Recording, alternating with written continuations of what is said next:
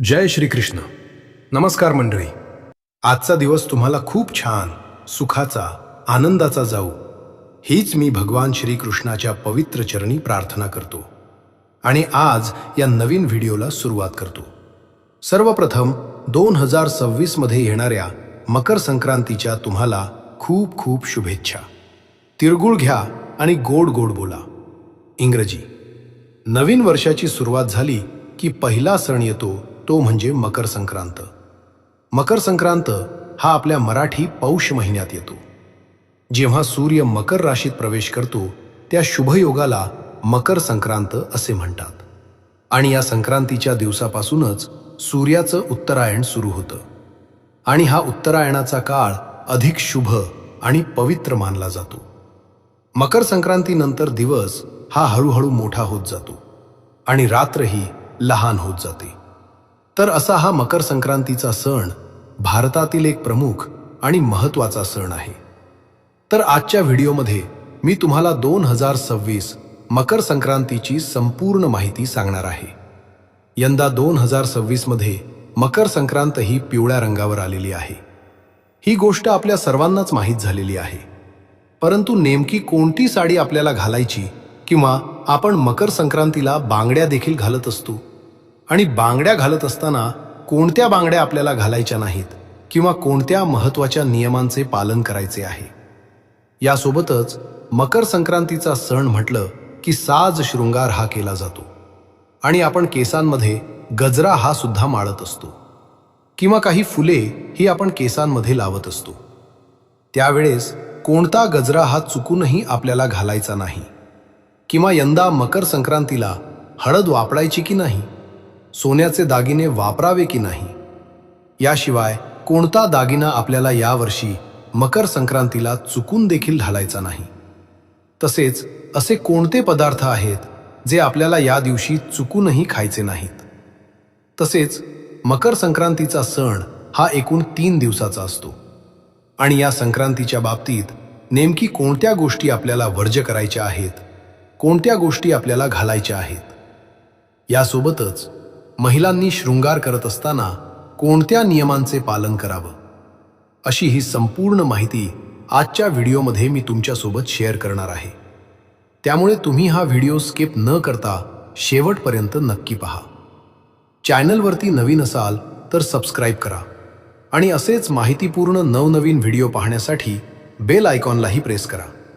म्हणजे जेव्हा कधी मी नवीन व्हिडिओ अपलोड करेन त्याचे नोटिफिकेशन सर्वात अगोदर तुम्हाला मिळेल आणि तुम्ही एक पण व्हिडिओ मिस करणार नाही.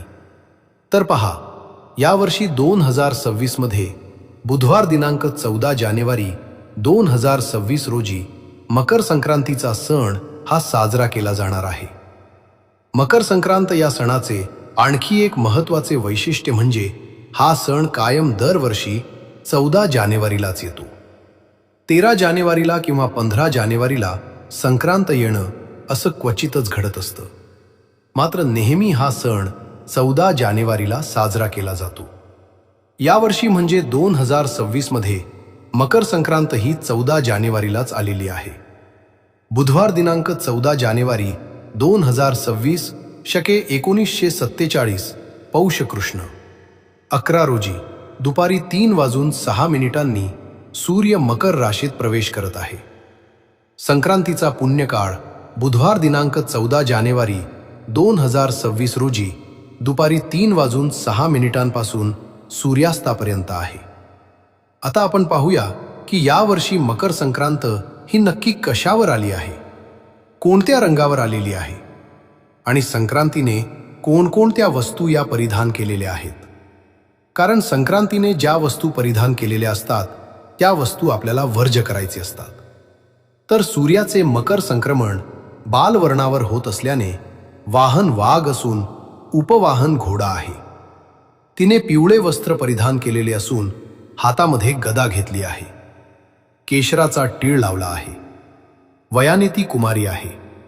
स्थिती जी आहे तर ती बसलेली आहे आणि वासा करता जायचे फूल घेतलेले आहे. पायस भक्षण करीत आहे. जातीने सर्प आहे.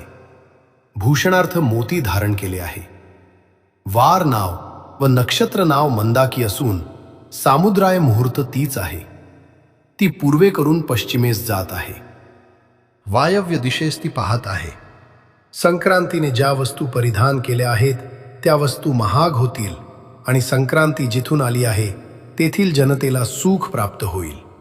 संक्रांतीच्या काळात दान धर्माला खूप जास्त महत्त्व आहे आणि म्हणून पर्वकाळामध्ये आपल्याला काय दान करायचं आहे तर बघा, नवीन भांडी, गाईला घास, अन्न, तीळ, पात्र, गूळ, तीळ, सोने भूमी, गाय वस्त्र, घोडा इत्यादींचे यथाशक्ती आपल्याला दान करायचे आहे. त्यानंतर संक्रांतीमध्ये कोणती कामे वर्ज्य आहेत तर वर्ज्य कामे जी आहेत ती म्हणजे दात घासणे, कठोर बोलणे, वृक्ष गवत तोडणे, गाई म्हशीची धार काढणे आणि कामविषयक सेवन ही कामे करू नयेत. संक्रांतीच्या दुसऱ्या दिवशी किंक्रांत ही साजरी केली जाते, ज्याला करी दिन असं देखील म्हटलं जातं. तर गुरुवार दिनांक 15 जानेवारी 2026 रोजी किंक्रांतीचा हा सण असणार आहे. संक्रांतीचा सण 3 दिवस चालतो. संक्रांतीच्या आदल्या दिवशी भोगी असते.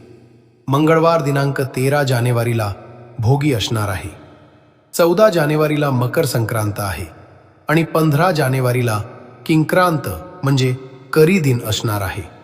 अशा प्रकारे या तिन्ही दिवसांचे वेगळं महत्त्व आहे आणि हे तिन्ही दिवस आपल्याकडे अगदी आनंदाने उत्साहाने साजरे केले जातात.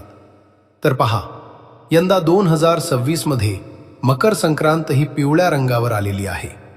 म्हणजे संक्रांती देवीने पिवळे वस्त्र परिधान केले आहे आणि संक्रांती देवीने जे वस्त्र परिधान केलेले असते ते वस्त्र आपण परिधान करू नये ही गोष्ट पूर्वीपासून चालत आलेली आहे.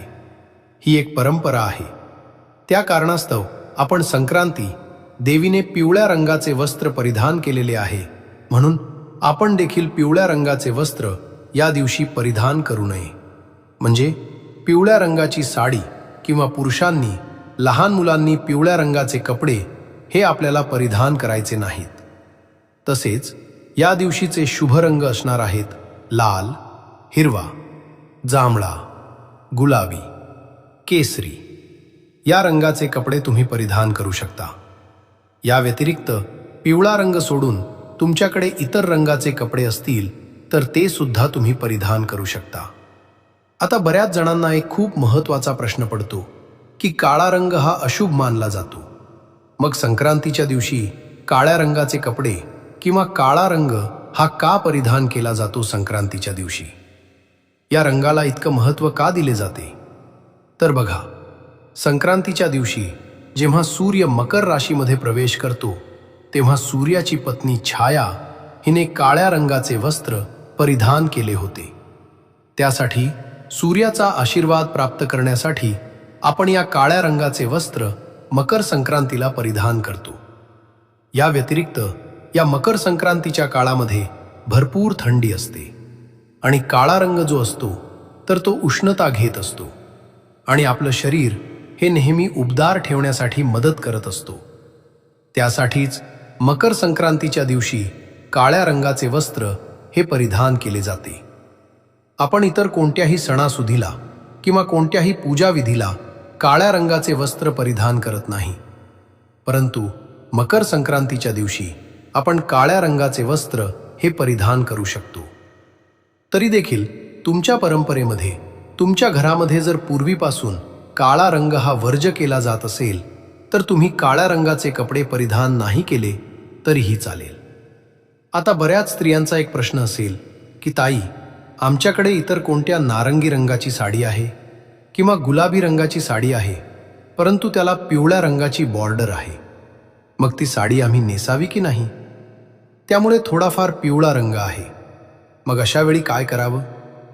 तर बघा, पिवळा रंग आपल्याला पूर्णपणे वर्ज्य करायचा आहे. परंतु जर तुम्ही एखादी निळ्या रंगाची साडी नेसणार असेल आणि त्याची बॉर्डर जर सोनेरी किंवा पिवळ्या रंगाची असेल तर अशी साडी तुम्ही नेसू शकता.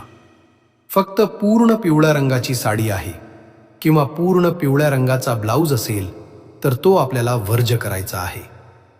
जर साडीमध्ये थोडाफार पिवळा रंग असेल, 100 पैकी 2% 3% किंवा 10% पिवळा रंग असेल तर अशी साडी तुम्ही नक्कीच नेसू शकता. त्याचबरोबर सोन्याचे दागिने हे सुद्धा थोडेसे पिवळसर आणि सोनेरी असतात. मग ते आम्ही घालावे का? तर बघा, तुम्ही सोन्याचे दागिने जे आहेत तर ते यंदा मकर संक्रांतीला वापरू शकता. फक्त पूर्ण पिवळसर किंवा अगदी पिवळ्या रंगामध्ये जे काही शेड असतात, डार्क पिवळा किंवा कमी पिवळा, आंबा कलर, असे कलर तुम्हाला यावर्षी संक्रांतीला पूर्णपणे वर्ज्य करायचे आहेत. तुमच्याकडे सोन्याचा नेकलेस असेल, सोन्याचा इतर गंठ असेल तर ते तुम्ही नक्कीच घालू शकता. त्याचबरोबर बऱ्याच स्त्रियांना अजून एक प्रश्न पडतो, तो म्हणजे आता यंदा मकर संक्रांत पिवळ्या रंगावर आहे, मग पिवळा रंग हा किती दिवस वर्ज्य करायचा आहे? कारण संक्रांतीचा सण हा फक्त 3 दिवस नसून संक्रांतीपासून ते रथसप्तमीपर्यंत घरोघरी लहान मुलांचे बोरण आणि हळदी कुंकू सुद्धा केले जाते. तर आपल्याला हा जो पिवळा रंग आहे तर हा तुम्ही भोगी संक्रांत आणि किंक्रांत या 3 दिवस सुद्धा तुम्हाला वर्ज्य करायचा आहे.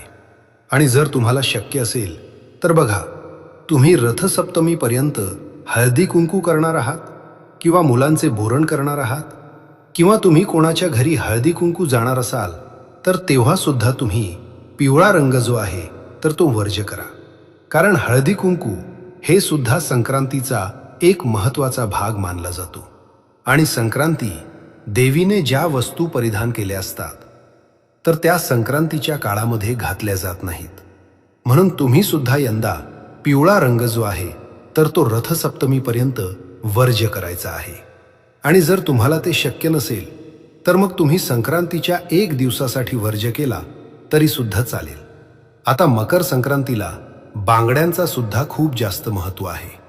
मकर संक्रांतीला 2 का होईना नवीन बांगड्या ज्या आहेत तर त्या भरल्या जातात.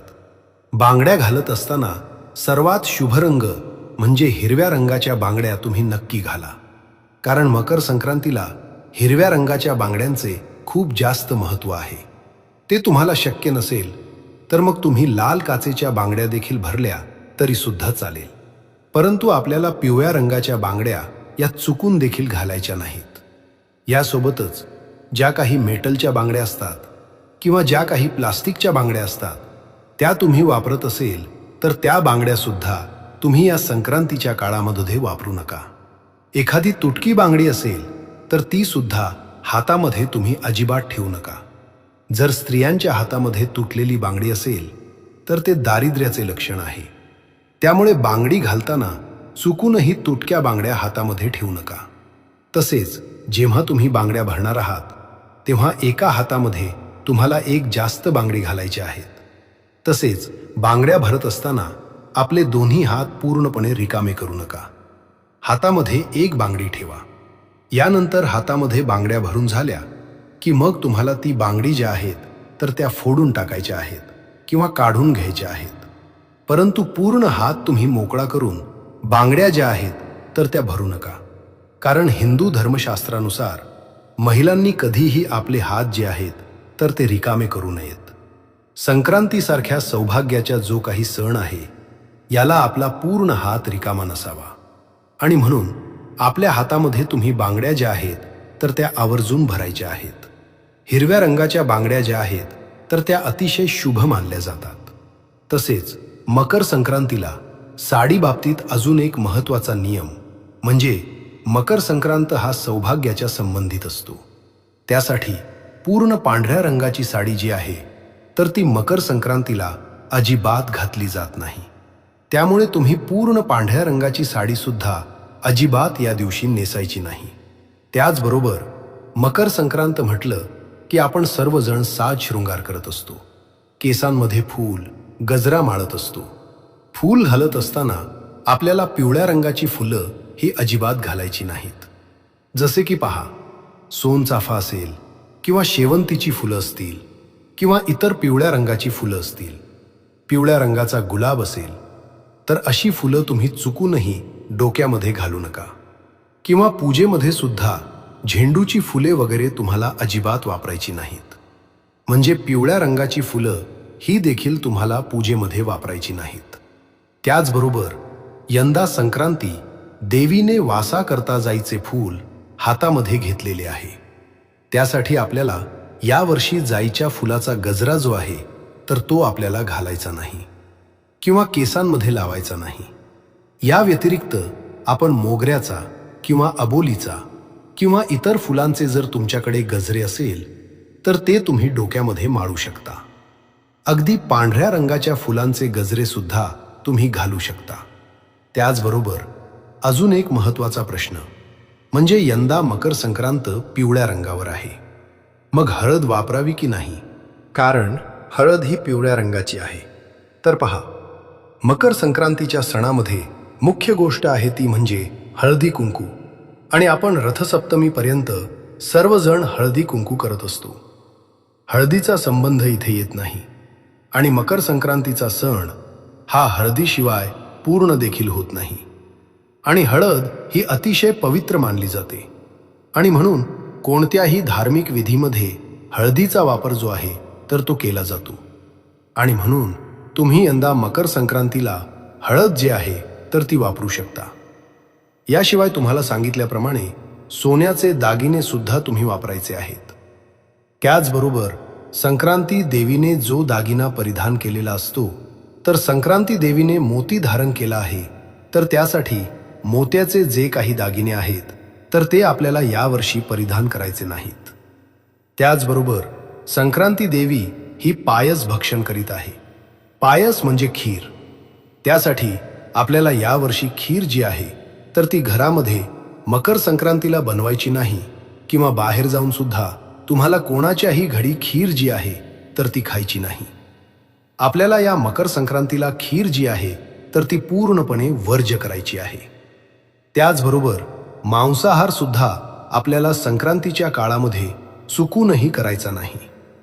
तर मित्रांनो, या मकर संक्रांतीच्या पवित्र सणाला आपण या सर्व नियमांचे पालन करून या शुभ दिवसाचा आशीर्वाद घेऊया. सूर्यदेवाच्या कृपेने आपल्या जीवनात सुख समृद्धी येवो आणि सर्व दुःख संकटे दूर होवोत. या 3 दिवसांच्या सणाचा आनंद घेऊन आपण आपल्या कुटुंबियांसोबत प्रेमाने वेळ घालवूया. तिळगुळ खाऊन गोड गोड बोलूया आणि एकमेकांना शुभेच्छा देऊया. मकर संक्रांतीचा हा पावन सण आपल्या सर्वांच्या जीवनात नवीन उमेद, नवीन उत्साह आणि नवीन ऊर्जा घेऊन येवो. सूर्य भगवानाचा आशीर्वाद आपल्या सर्वांवर सदैव राहो आणि आपले जीवन सुख समृद्धीने नांदो. या शुभ दिवशी आपण सर्वजण एकत्र येऊन हा सण साजरा करूया आणि आपल्या परंपरांचे जतन करत आपल्या संस्कृतीला जपूया. तर मित्रांनो, या अत्यंत महत्त्वाच्या माहितीसह आज मी इथेच संपवतो आहे.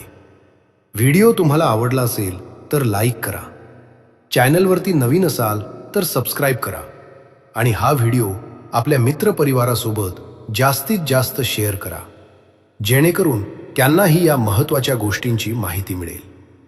चला तर मग भेटू असंच पुढल्या एका नवीन व्हिडिओमध्ये. तोपर्यंत सर्वांना जय श्री रुक्मिणी कृष्ण.